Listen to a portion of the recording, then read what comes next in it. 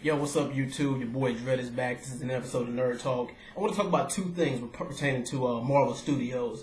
I want to discuss that Daredevil trailer that I just seen, and I want to discuss Spider-Man actually getting the rights back to go to Marvel from the Sony company. Yeah, it didn't take long, did it? But yeah, I'm actually happy because we're gonna see. It means that we could possibly see Spider-Man in a future installment of the Avengers series.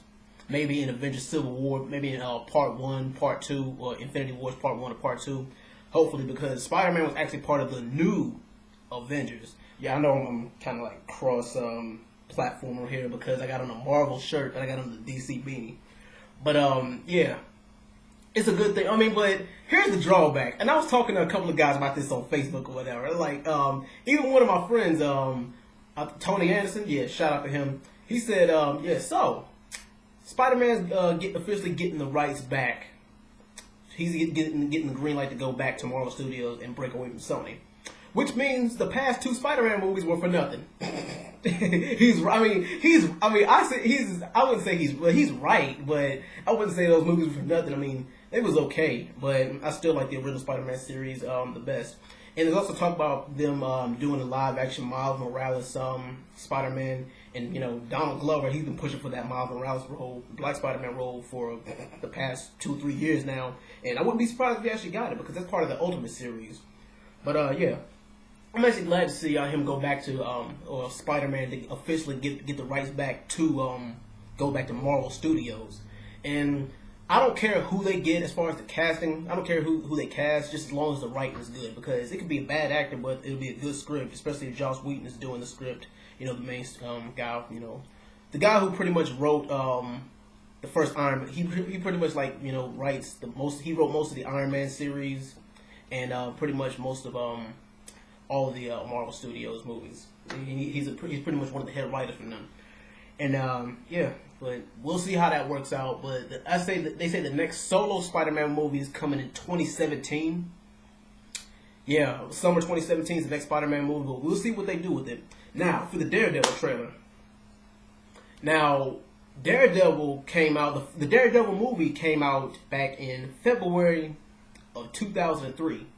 Yeah, it came out 12 years ago, and I figured, well, Hollywood is rebooting everything longer than 10 years. I mean, come on, like I said, Spider-Man is already getting a reboot, and like, it's not even 10 years old yet. The new Spider-Man series isn't even 10 years old yet, and they're already rebooting it, so I figured Daredevil is a long-deserved reboot. I mean, it's dark, it's gritty, it's a, you know, that's one of those things that, you know, will never get old with the right casting and with the right plot to it.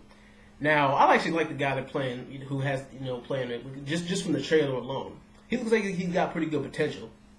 And here's the thing I like about Daredevil. Here's the thing I like about Spider. You can pretty much throw Spider-Man in this category too. Well, not really, but here's the thing I like about superheroes like Batman and Daredevil and Captain America and Green Arrow, stuff like that. Here's superheroes along that because, well, they're not really superheroes.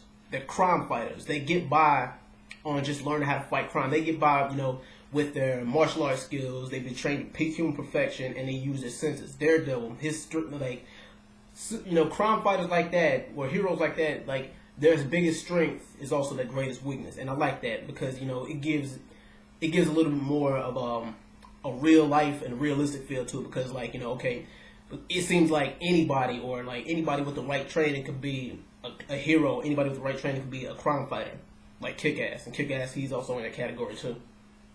But yeah, the whole series is coming out mid-April, I believe, and it's the first season is gonna be 13 episodes, and they're releasing it all at once, which is a good idea for them. Which kind of be like watching a whole movie, or maybe the movie in parts or something like that. You guys see where I'm going with this.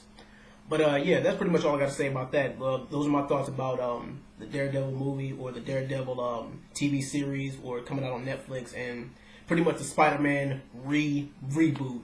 Anyway, I'm out, comic book fans. I'll see you guys in the next video. I'm out. Peace.